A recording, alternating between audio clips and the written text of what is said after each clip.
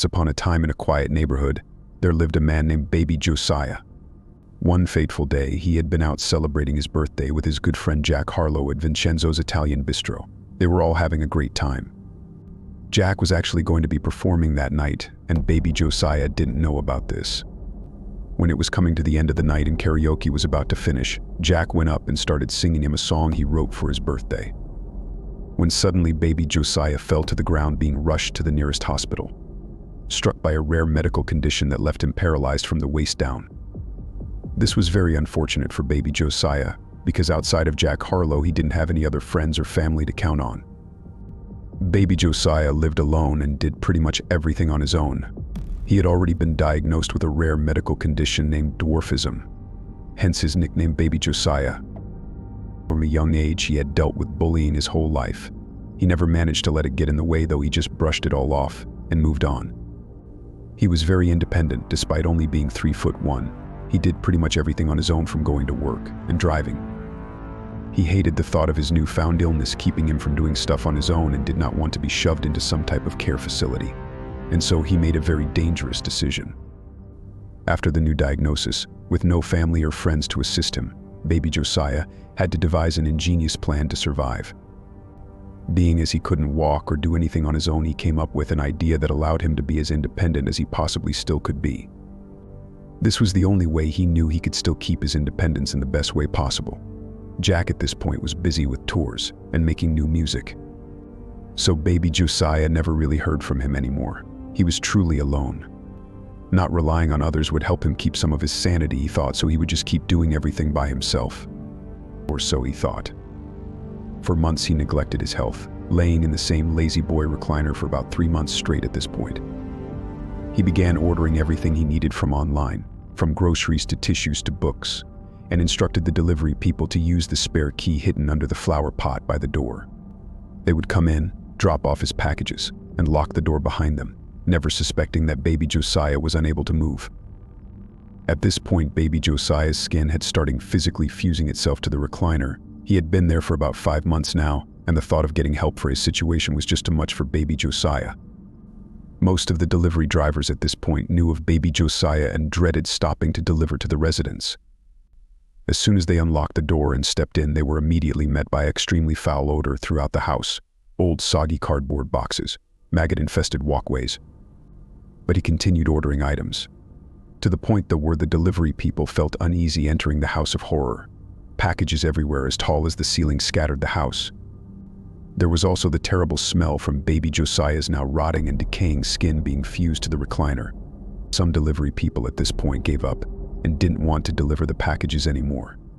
A lot of others would unlock the door and physically not be able to walk in from the rotting smell.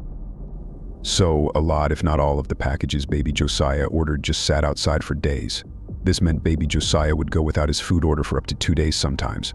In these times of need, he would order up to 10 times a day, depending on whether the delivery driver wanted to come in or not.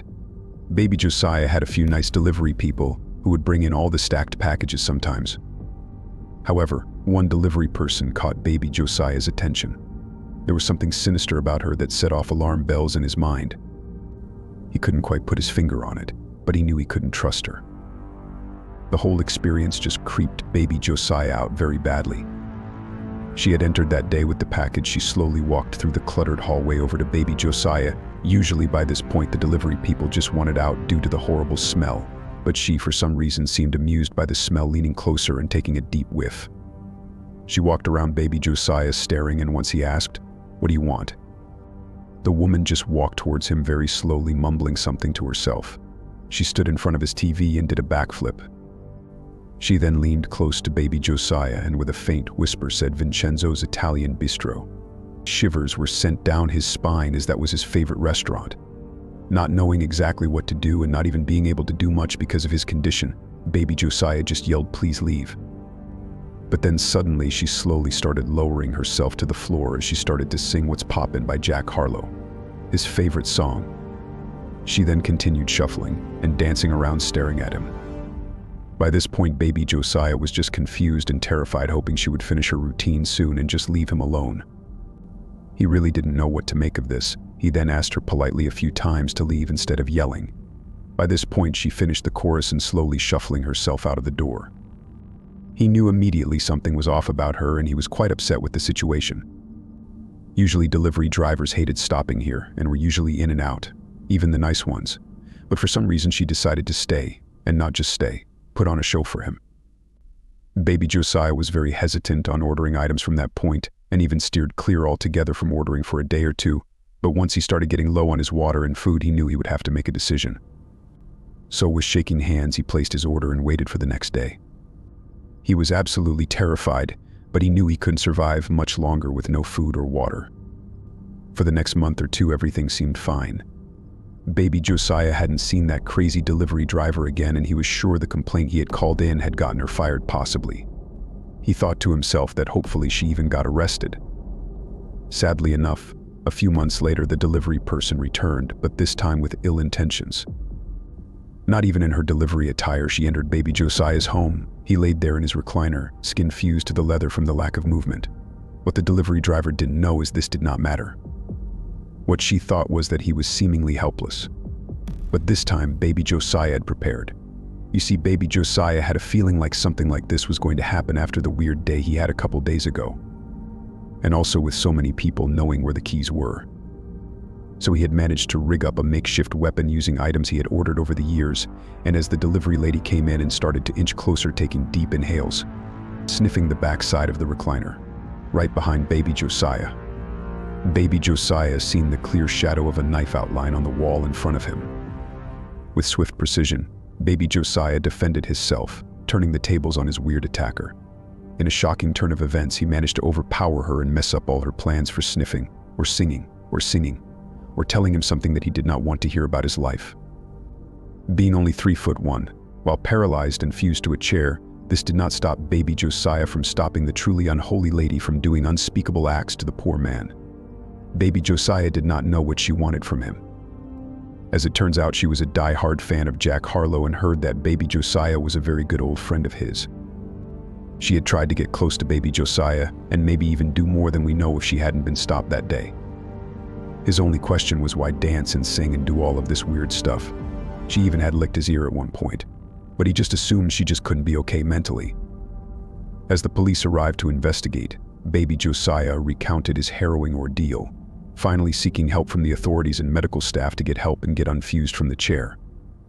They questioned Baby Josiah about his situation, with him only giving the statement of, "I'm fine, I can do it myself." The thing is he really couldn't do it by himself.